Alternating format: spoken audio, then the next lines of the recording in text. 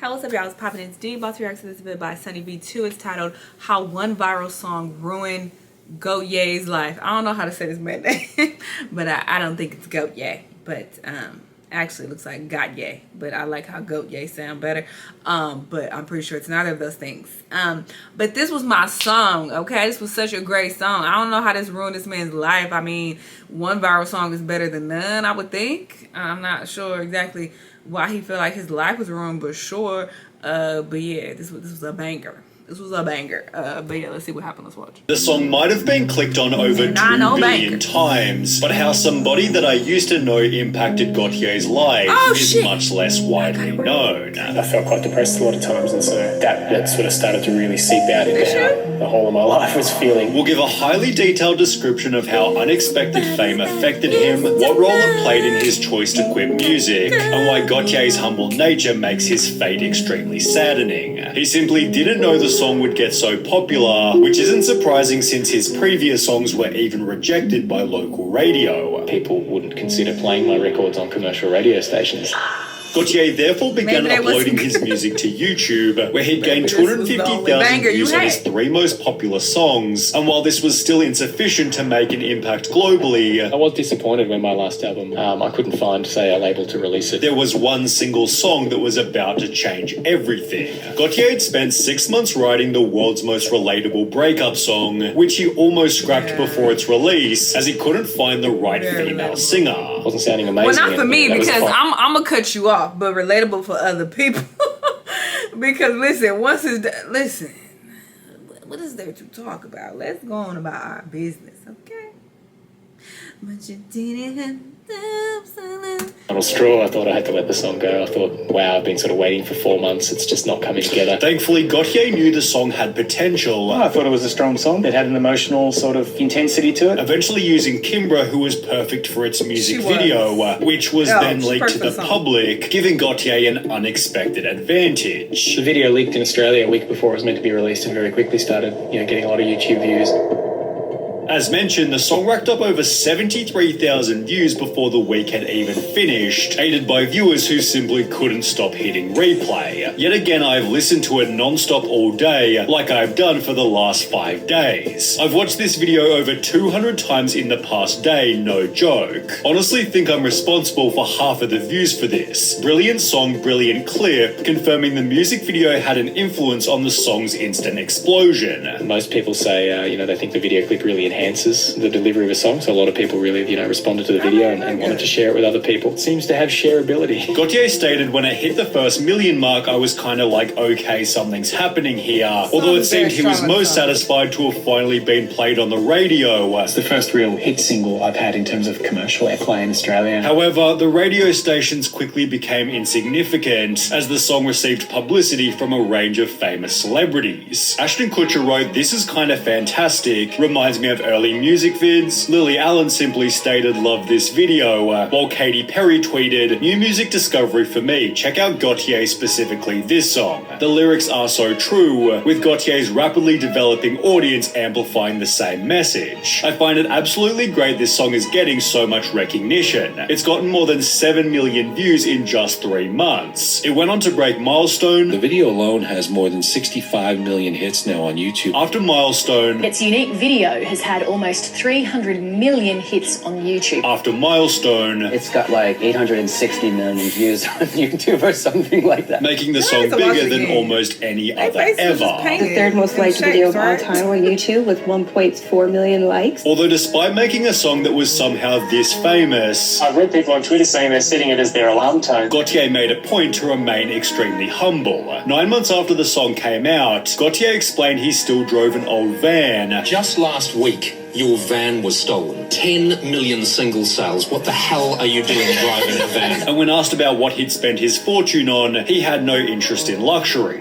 What is the last huge thing you bought? I haven't bought anything physically big. I really hoped it would be a new van. In a different interview, Gotye was questioned, "What is the best thing that happened last year?" To which he'd respond, "It probably wouldn't be something to do with her marker of the success of my song or my album. Or something like a really great swim I took at Summers Beach near where I live. Which might also explain why he refused ads on his music video, stating, "I'm not interested in selling my music. That's the reason I don't put ads on my YouTube channel," which seems strange to people in today's climate, but that is a decision you can make. I'm like that with all my music. I generally never want to cinch my music for products on ads, meaning Gotye willingly forfeited over $10 million. He'd add that he freely licensed his music to students making films, and would even spend his time mentoring people learning music, which was supported by a Reddit post reading, "I sent Gotye a link of one of my tracks for the hell of it when I was a bit drunk. He actually responded and said he liked it. What a great personable dude," attaching the original email to prove that he'd told the truth. Down in the comments, a different person shared the story. "We threw a few emails back and forth, and in my last one I said I'd say hello to him at his upcoming show. Anyway, the tick sold out before I could get one, and when I told Wally, he offered to put me on the door list. I can't say enough nice things about the guy." Gotye also gave a shout out to over 100 fans who'd covered the song. However, it'd be through these covers that Gotye first revealed his fame and success had its own list of downsides. Been a bit burnt out, like seeing another remix, another cover of the song. It's like, and a lot, some are okay, some are quite average, and so I was a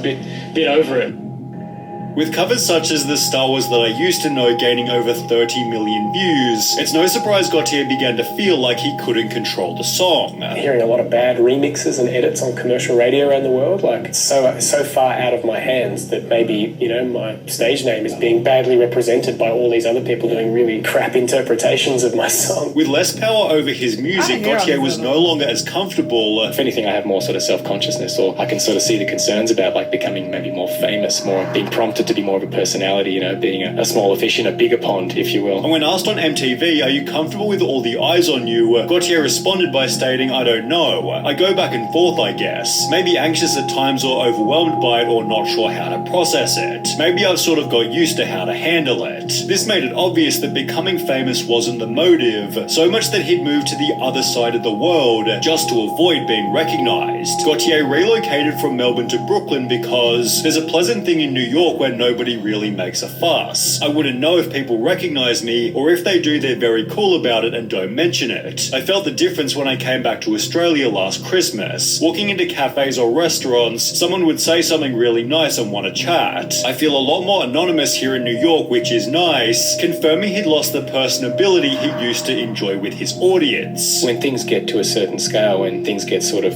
maybe too big, it's really hard to keep it personal. It kind of feels more disconnected to me than when, say, I was making tracks in my bedroom. This seemingly only became worse after winning 3 different Grammys, where during an interview afterwards, he'd reveal another way he was suffering from success. I sometimes felt a bit self-conscious about it being such a big song, being one that is about people who don't seem to be able to work out the differences, and the fact that people sort of celebrating that seemed somehow incongruous to me for a while. Gotye feared his song might have been adding to global relationship dissatisfaction. I feel a bit self-conscious about that because there is an aspect, a lot of the song is quite angsty, and there's a bitterness and a jadedness to it. I'm not sure I really want to spread, that greater sense of angst or dissatisfaction with failed relationship. Which was in addition to the thought that his song was annoying the world. The song is really overplayed and probably saturated to the point of absurdity, where I feel like it's out of my hands, but I'm some kind of annoying presence, and an audio presence in people's lives that they would prefer not to have there. He noticed that people were saying, "This song is plastered everywhere. I can't go to a mall without hearing it. Whether I like it or hate it, I don't want to hear it anymore." Obviously, they're so sick of it, they feel compelled to tell me how sick of it they are. And as a result, Gotye apologized for making everyone listen to his song over and over again because of how many times radio stations were playing it. He'd also have to deal with a phony news story claiming that Gotye had died, and with completely unrelated YouTube comments such as, "RIP Gotye, now you're somebody that we all used to know." He'd be forced to clarify on Twitter by simply writing, "I'm not dead." It seemed his only solution for avoiding the public spotlight was to book an extended American tour. However, his live performances came with a new problem, making his life even harder.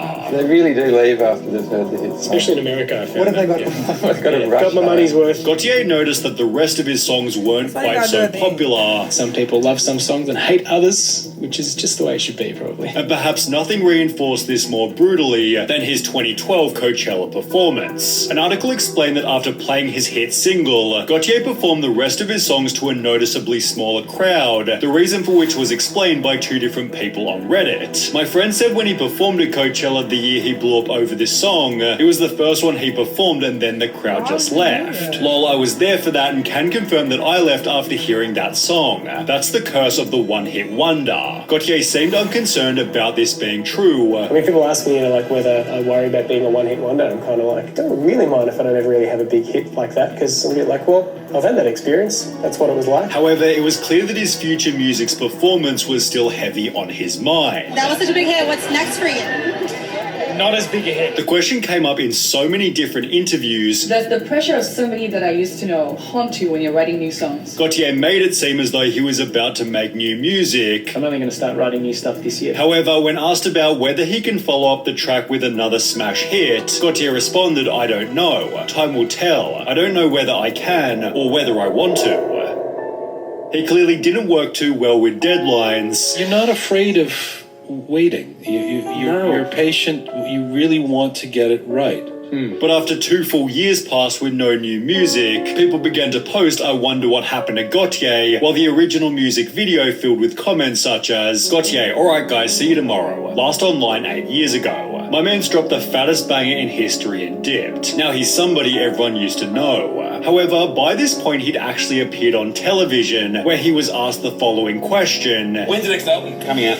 I don't know, I'm working on things. And while he didn't sound too confident, there was a barely known reason for this. Just 2 months beforehand, Gotye released a newsletter containing one important sentence. There will be no new Gotye music. The newsletter continued, maybe there will be. I'm not entirely sure right now, with the main question being whether anyone would hear his future music. Well, people certainly would, only it wouldn't be posted under Gotye's name. Throughout his entire career, he'd been making music with a band called The Basics, which became his main project after ditching his solo career. The Basics bass player Chris Schroeder had clearly grown tired of people asking about Gotye, as he'd state, when I see people saying where's Wally online, or making the now he's just somebody that we used to know, I just think, don't you idiots know how to use Google? In the time it's taken you to write that stupid tweet, you could have just Googled it and maybe discovered some great music he's been releasing recently on the other end. It's so lazy, you're not the first person to do that joke, just shut up. Despite announcing in 2021 that the band had stopped touring, the Basics haven't stopped making music, and there's even been some recent hope for Gotye as a solo artist. In 2020, he was named Ari's Australian Artist of the Decade, where he'd announced that the follow-up album will be released in the next decade probably, and while his past doesn't exactly indicate that it's coming anytime soon, Gotye's had an outstanding career regardless of his musical future. So how has this success